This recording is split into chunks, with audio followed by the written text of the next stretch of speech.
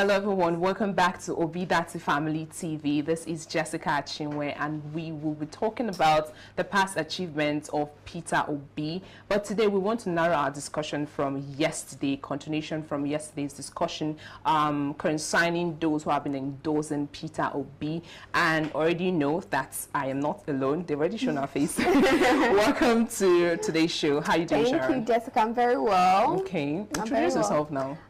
Okay. My name is Sean and It's nice to be back. Okay. How are you doing? I'm fine. Are you okay? Yes. And so I wanted to ask you how was your Valentine, but then I noticed that you already told me, and you said that in the former show. Yeah. But can you tell us how was your Val? What's the word? It was just. It wasn't serious, right? You're just I was just part of the on social media. So I didn't get any gifts. I did from my dad and my sister. I'm not talking and my about friend. that, Sharon.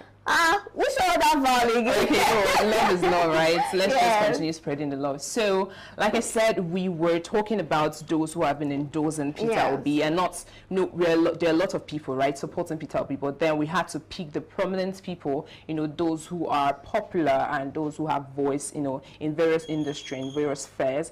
And we mentioned a couple of them, but we ran out of time, but then we're going to just mention just a few of them, starting from the people in Nigeria and people in diaspora who have been supporting Peter Obi so far. So let's continue from Afenifere, right? Yes, I like when you say Afenifere. And I'm not even starting that I'm pronouncing it well. I'll buy into this. Okay, Afenifere, right? Okay, yeah. So the Yoruba leader has yesterday I was telling you, or we're talking about the fact that he made his point clear that the Yorubas, the Hausas, they've been in this leadership train for years now, and it is wise to say that this is Igbo's turn to become president. Like this, the whole thing should go to the Igbos, not because I mentioned yesterday that this is quite sentimental, but when I read further based on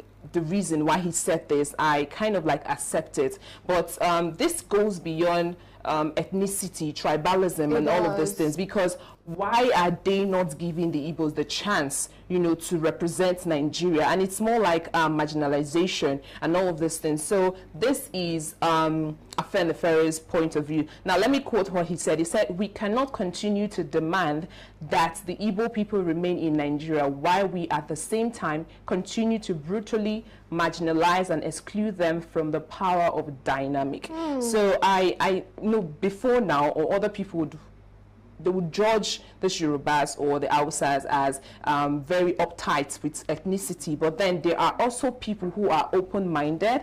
They accept the reality that this is the person that we want to become the president of Nigeria. And it's amazing to see that the Yoruba leader is endorsing Peter Obi. It goes a long way. Like this is not what we are used to. Before we are so uptight with ethnicity before now, but now it's really amazing. It's really amazing because, like what you said, this is not what we're used to. Yes. Okay? And to see, Afenifere come out and say this publicly, you know what? I think some of the things that we've been getting in this movement is that we've had a lot of people support Peter Obi, but at the side, or they're just doing that very quietly. Yeah, they're not being about so, it, right? So I'm really happy that they can come out to say this openly, because it's okay if you're supporting Peter Obi, maybe quietly or something, but coming out to say it in public, it just gives this stamp of authority that you actually know what you are who you're supporting, and you are going to stand by that person you're supporting. So I like it when people are upfront. They come out and they tell you, this is who I'm supporting and this is why I'm supporting such person. So I'm going to commend Afenifere. Okay, I like that. And I love the fact that he centers more on equity rather and inclusiveness. That is his main point. Equity and inclusiveness. Because if we say that Igbos are part of Nigerian, but then we do not let them, you know, take positions, right, in matters that affect the state. It's just obvious that you people are not being equal. There is no inclusiveness. And you know, Mr. Peter Obi, sorry to cut you short, there's something about agitation and how, yes, it's because they feel agitated. I think they brought up the question of IPOB, and he said it's because they feel agitated. And there's how Mr. Peter Obi talks to people that I absolutely love. There's how he would, okay, you're angry, you're shouting. He will first of all tell you that you have every right to feel whatever you're feeling.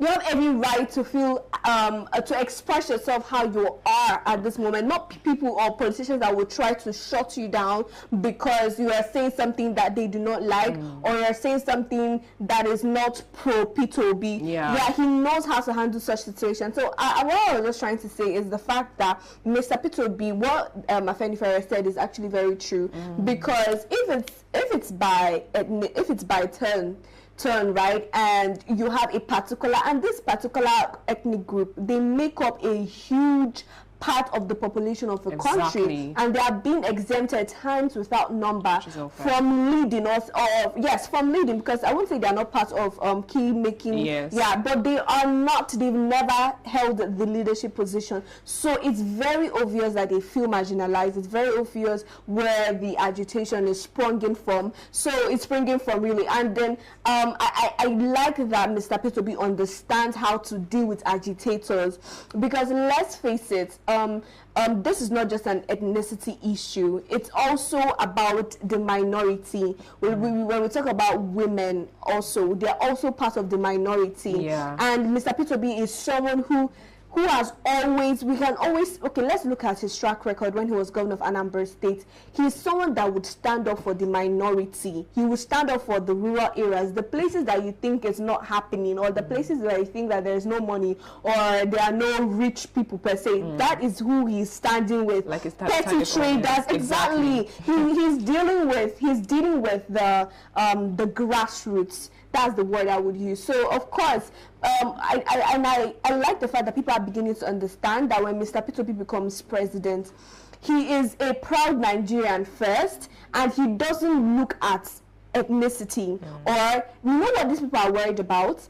They're worried about Mr. Peter Obi getting there and then chasing every other ethnic group out, tribe, and then putting just Igbos. No.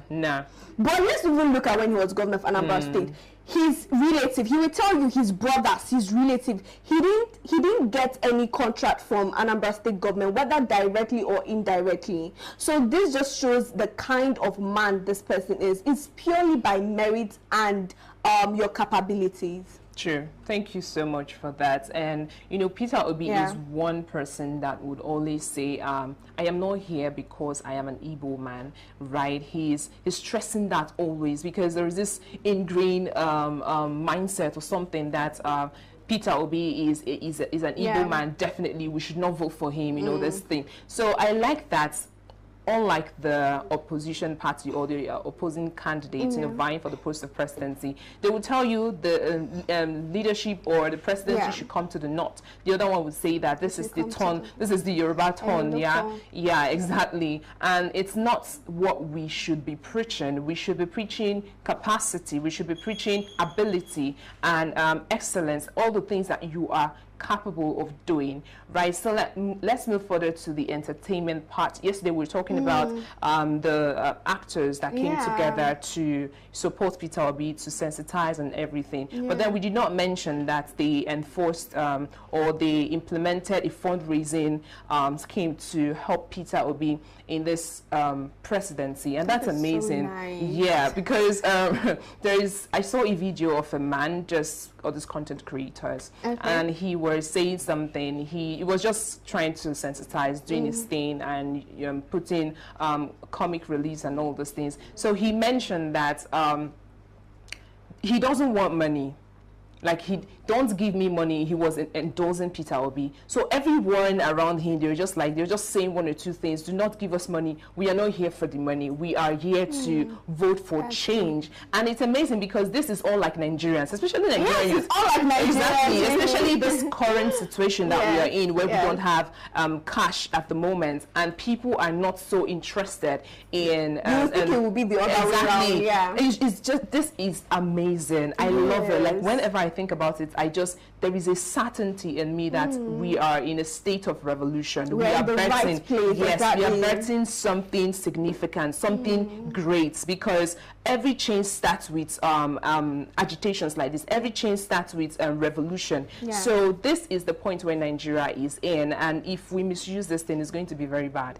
Like, I don't even think we've passed the discussion. Yes. If we were not we are not misusing it, but then if anything goes wrong, Yeah. it's just going to be very bad, and I don't pray for that. It will not. And then you mentioned the entertainment industry, organizing a fundraising. Yeah. Oh, that is absolutely amazing, because you know, when we say Nigerians have graduated from only thinking about money, the whole money politics, and now they're thinking about how they can contribute.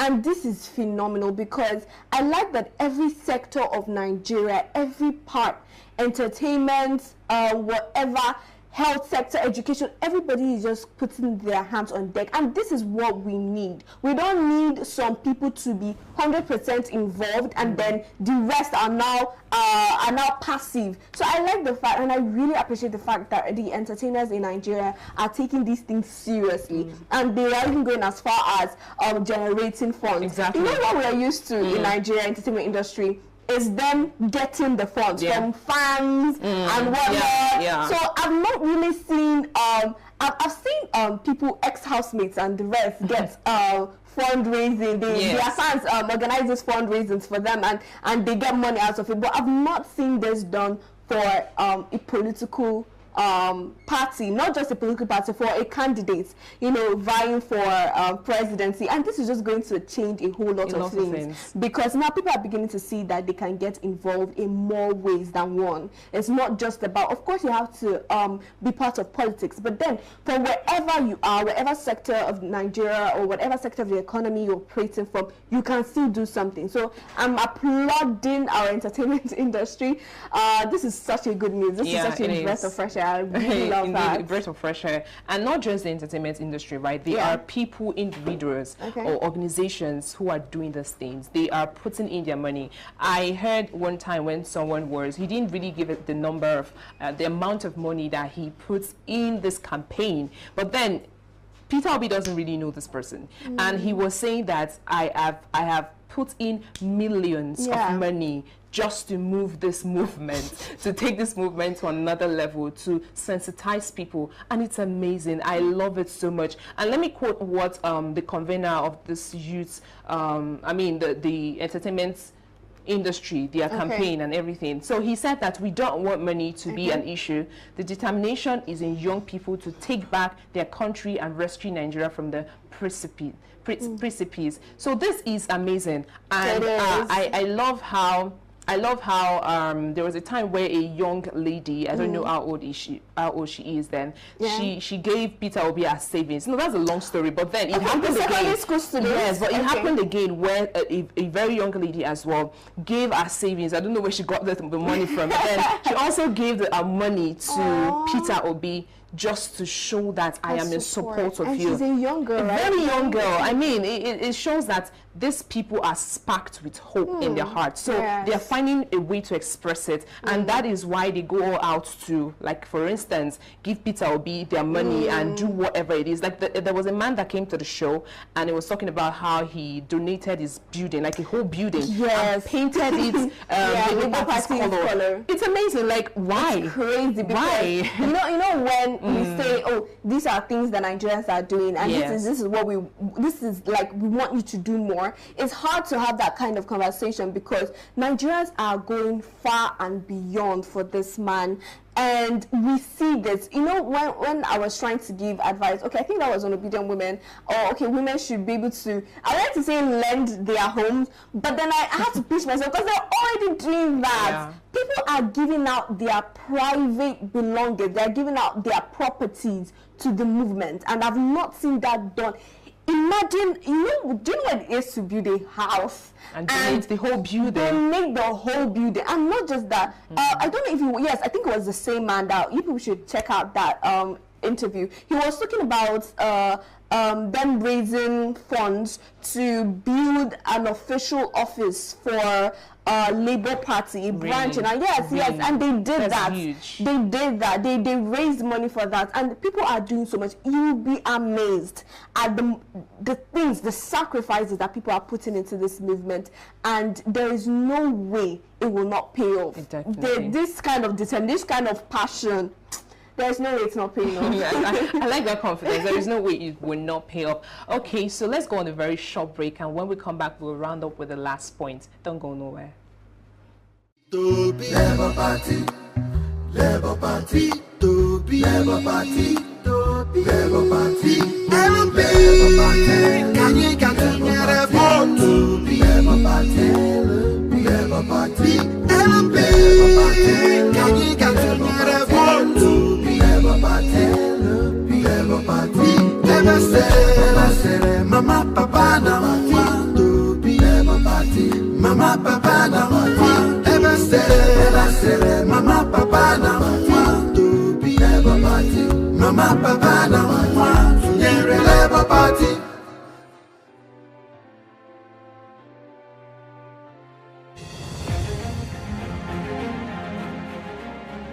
Mr. Peter Obi's administration built from scratch Chukwuemeka Odumegwu University Teaching Hospital with 25 building structures. His government funded transformation of massive infrastructural development, accreditation of 12 health institutions and 2 hospitals. Welcome back to the show where we talk about the past achievements of our principal, Peter Obi, and we've been saying so much, we've been discussing so much about people who have been endorsing our principal, His Excellency Peter Obi so far. And it's amazing to see the work that people put into all of these things, you know, to ensure that Peter Obi becomes the president of Nigeria come 2023. And of course, I have my co-host with me, the beautiful Sharon. Of course. Hi guys, nice to be back. Yes, So I don't know wait, when we come back, right? People should already know that it's us. We are not going anywhere. We are here. No, just in case someone just have to like scroll, you know, and just try to skip some parts. So we're just going to know that Sharon is still here and Jessica as well. So Sharon has been saying so much like amazing stuff about what people do, the length of sacrifice and everything that they put into, you know, ensuring that Peter Obi becomes the president. And let's also dive into the foreign part because we've been talking so much about how people in Nigeria are, you know, going all out to make sure that Peter Obi becomes the president. Let's also talk about these foreign people in diaspora. Like you are, I think, to me, I personally feel like these people in diaspora are more into this thing more than the Nigerians themselves. Just as if they are trying to, you know, make sure that Peter Obi becomes the president so they come back. Because oh my God, easy outside there. It is not. It's not. It is not. So it's to me, I feel like they are trying this thing so that when it comes to coming back home, or if they think of coming back home, there won't be any fear, there won't be any issue, or even those who are in Nigeria, you know, their family, and all of those things. So I don't know why diasporas are doing more than Nigerians in Nigeria. Nigerians in diaspora have been shocking me. I'm telling you, back and forth, because they are doing incredible things. Let's go back to 1 million march, right? I didn't know until I started having that conversation that it was people in diaspora that were organizing these things from the onset. Yes, it started with and that is crazy because these people are miles and miles away. And you see these people becoming part of different social media online groups, right?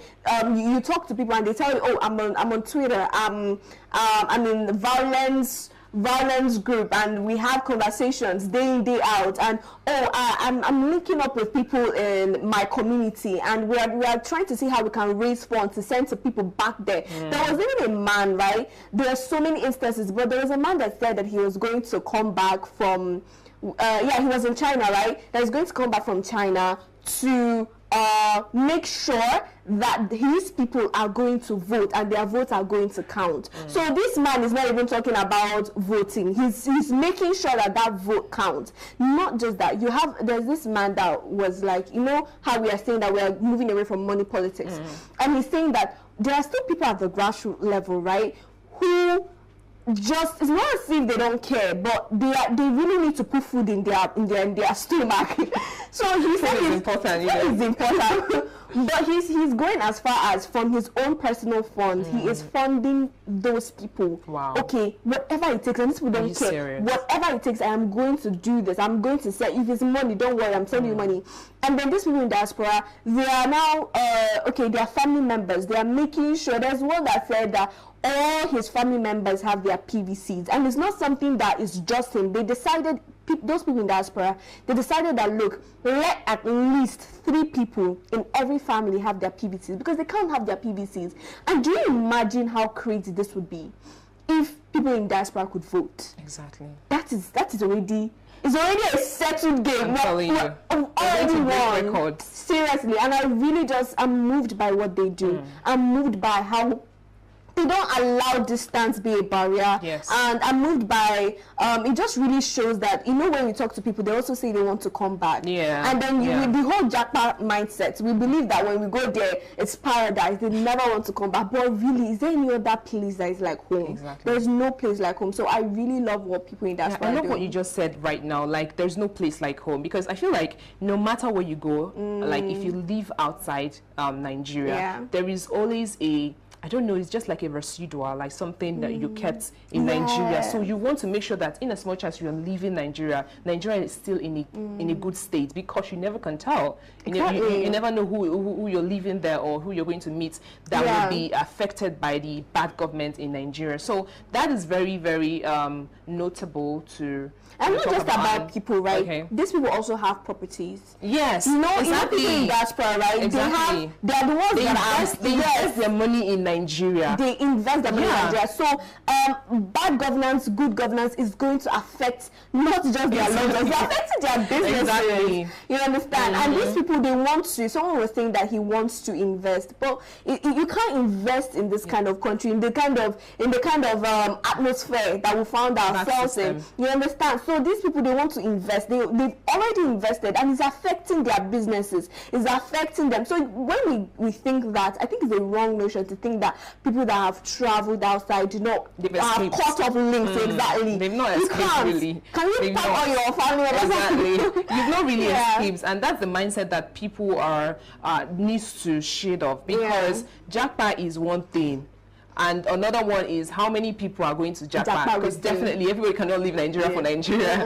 We're still going to have people here. Yes. We're still going to have people who will be impacted by bad government. So we need good, no matter what is happening outside the country, we still need to make sure that our country is in a good state. And I love the fact that these people in diaspora are always calling on Peter Obi to come to maybe US or UK and all that, but that is not even the case. What got me angry, not really angry, no, I'm still smiling, but then I was triggered by sentiment and what people were saying, that the Labour Party actually dismissed news making rounds that its presidential candidate, Mr. Peter Obi, was abroad to solicit foreign funding for campaigns. And that's huge. I mean, Peter Obi did not even require money when he was the governor of Anambra State. Talk more of when he wants to become president of Nigeria. That how would you say that he's going outside to solicit for funding and all of these things? I think those people are even the ones that are trying to, like,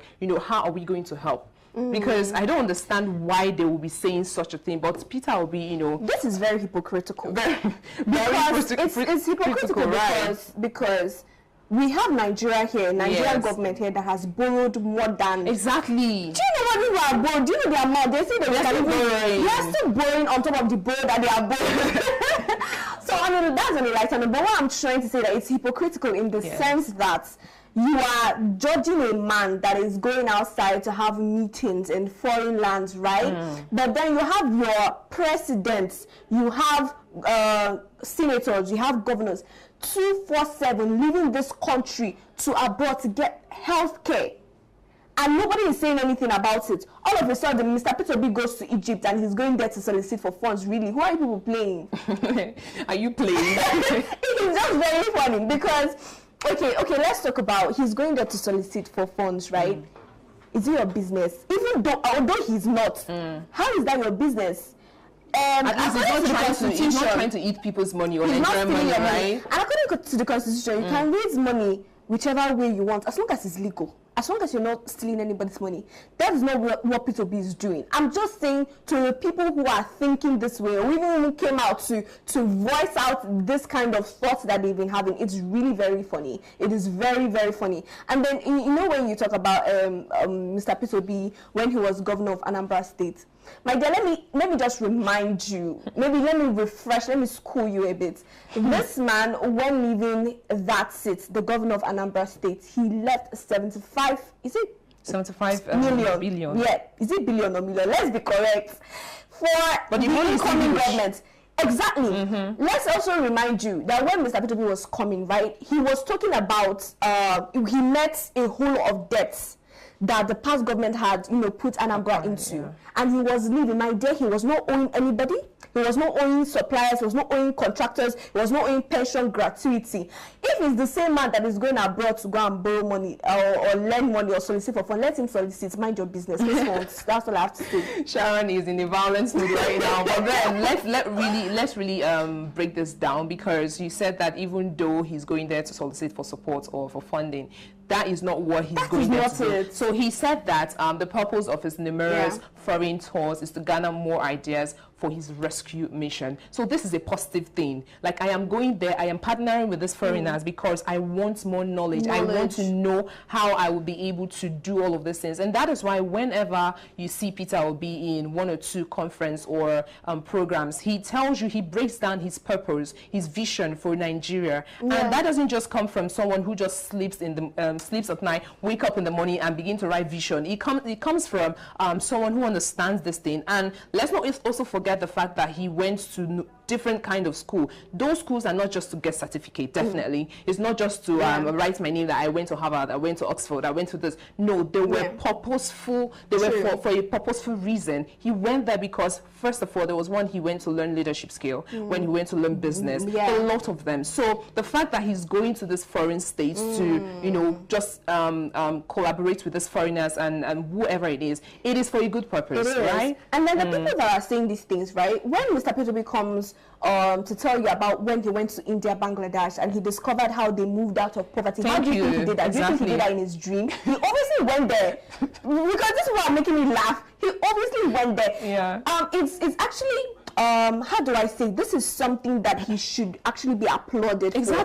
Because you see, your president, he will go to another country, right? He will see he will see the perfect health care that they have there, and instead of replicating what he's seen there, he comes back to the dungeon that is Nigeria, that the things that we are facing here, and nothing is being done. He doesn't practice he doesn't learn, or how would I put it, the government doesn't learn from the experiences that they've been able to gather from all these different nations they've been going to. And you see, let's also look back to Anambra, right? When Mr. Peter was governor, you see where he was the first governor to do this poverty mapping in Anambra State. How many of your governors have done that before? How many politicians have done that before? So it's actually, I would say it again, it's very funny. And then anybody that has sense, that has a thinking faculty, would not even pay you much attention, because it doesn't hold water. It doesn't at all. Mr. Peter Obi is okay, let's look at, am I mentioning just India? He has gone to different countries. When he went to Egypt, I don't know if you were paying attention, but you should have, where he was trying to learn about electricity and power supply. Nigeria that doesn't have 24 hours power supply. So you know, when he went to Egypt, he went to go and solicit for funds to do what exactly? So it's just very, very funny. And I would say it again, it's very hypocritical. Thank you so much for that, Sharon. Okay, so let's also dive further to the reason why Peter Obi is going to foreign states. First of all, he said that he believes that very strongly that diasporans are critical to the future of moving Nigerian forward. So he intends so much to get more consultation from them from abroad. So like I said, I am going to stress this more.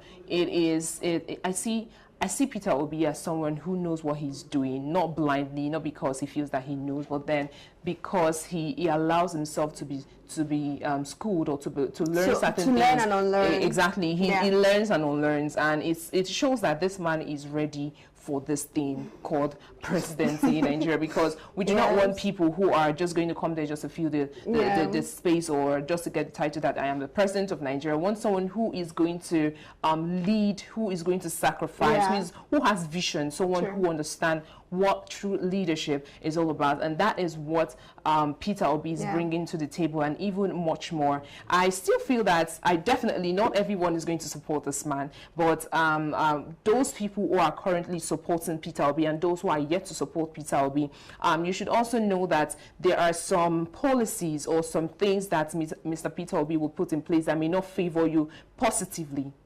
I mean, negatively rather. Let's say, for instance, now, like he said, he was going to cut down this salary, senatorial, what senators earn, and first lady and all of those things. So let's use those ones as an example. Definitely, it's not going to favor a lot of people, but then it is on the positive side. It's on the positive side. So if you're really interested in the growth of Nigeria, you should support Peter Obi. If you're really, except you're not in support, you're only concerned about what enters your stomach or what enters your pocket, then you are enemy of change, positive change. Progress. Exactly. So we are going to stop here, and tomorrow we'll continue from what we've been talking about today. I just hope that you enjoyed our conversation so far. And if you have anything, don't forget to drop it in the comment section. And don't also forget to follow us on all our social media platforms, on Twitter, on TikTok, Instagram, Facebook, anywhere. Follow us, and don't also forget to tell us where you are calling from or where you are watching from. It's very, very important. Also, you can follow me on my own social media platform, Jessica__. How about you, Sharon? Sharon and Chuku. I think people are already used to the Sharon and Chuku and Jessica_ thing. But then if you want to reach us, just follow us on all our social media platforms. And this is what we call a wrap on today's show. It's been amazing speaking and talking about our principal, and we will continue tomorrow. Till then, stay blessed. Bye. Bye.